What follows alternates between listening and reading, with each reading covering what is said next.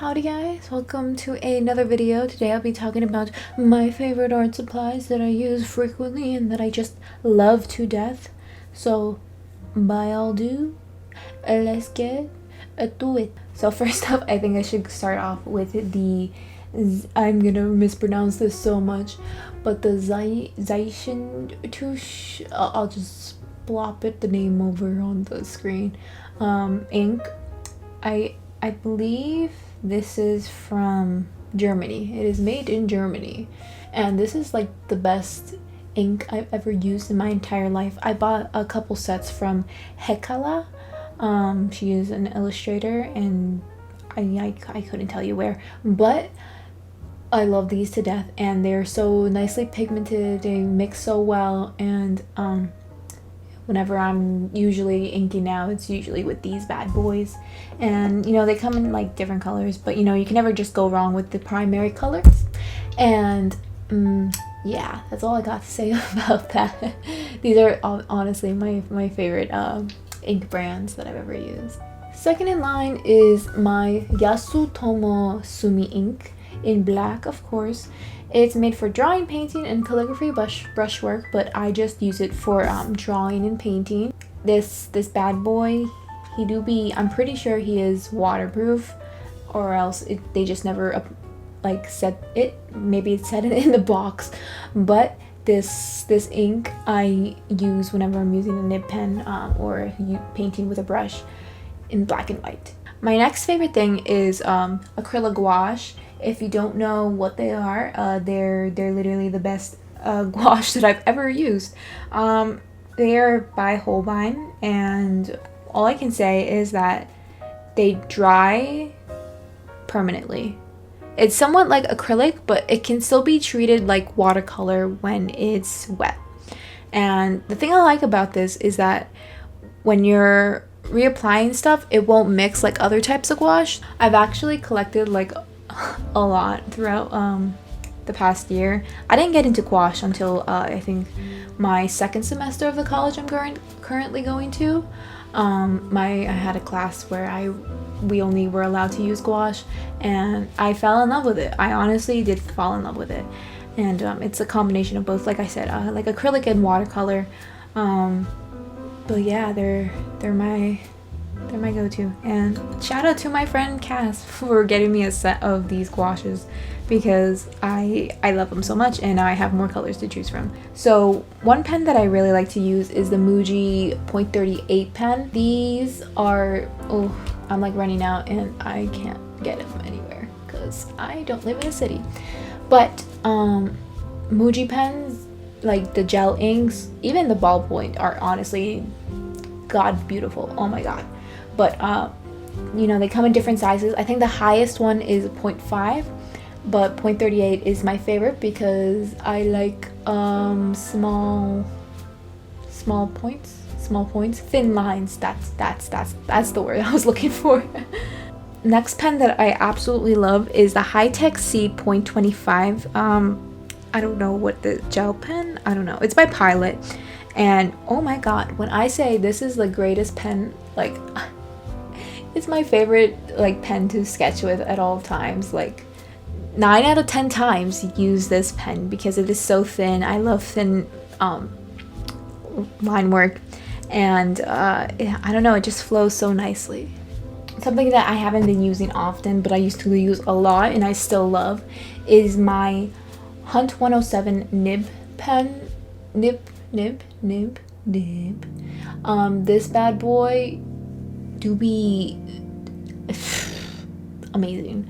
You know, it can create a variance of thick to thin lines. You can literally get any other holder if you'd like, as long as it fits the specific nib. This one is by Deleter. I also have one from Speedball, I believe is the brand, but yeah, the Hunt 107 is literally my ultimate favorite nib that I've ever used, and I honestly wouldn't even try to search for other nibs because I'm so content with this one. My next thing that I love to death and that I use often is my Series 7 Finest Sable Winsor & Newton brush. It is a size 2. I use this for with watercolor ink, gouache sometimes, literally any liquid medium, anything, water, medium, whatever you have it. This will always be part of my routine. Next thing I use is the Unikuru Toga 0.5 mechanical pencil thing. This bad boy has been with me for a solid 2 or 3 years now, and I use this for like whatever sketches that I need to do quickly that is erasable. They come in various sizes, I think, but 0.5 is my go-to size. So now we're going to start with sketchbooks that I absolutely adore to death, that I use constantly on a constant basis if I'm ever using them, but I probably don't use them because I change them a lot because I cycle through them a lot.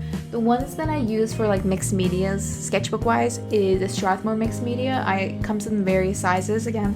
I think the ones I have is like 8x10 and then a like 5x7 size.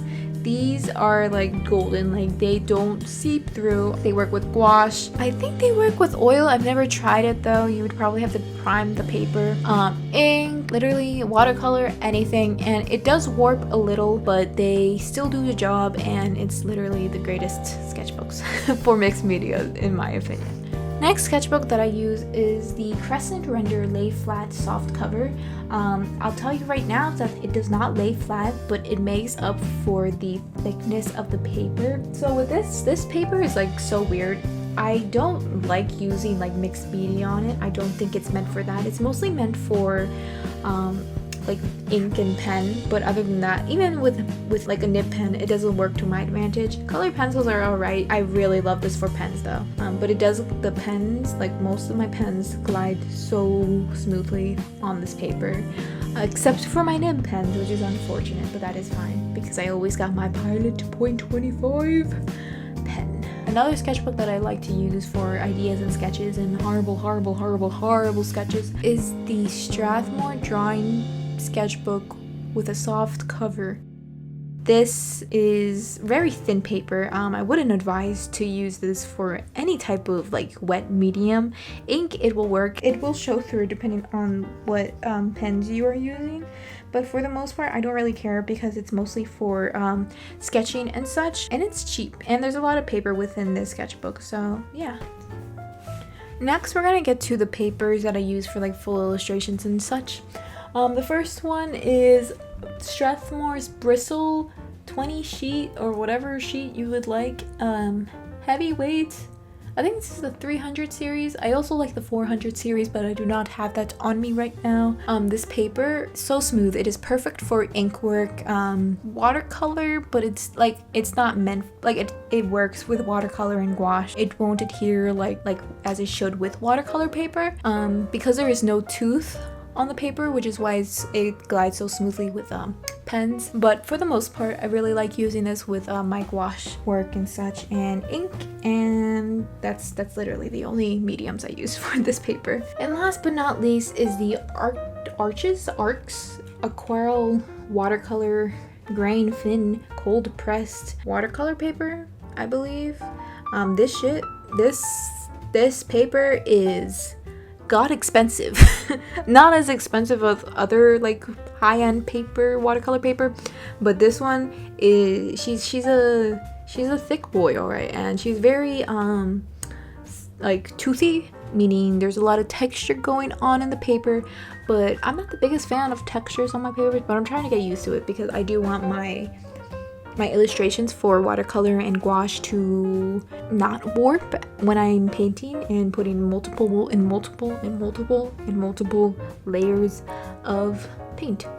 And that is all I have for this video.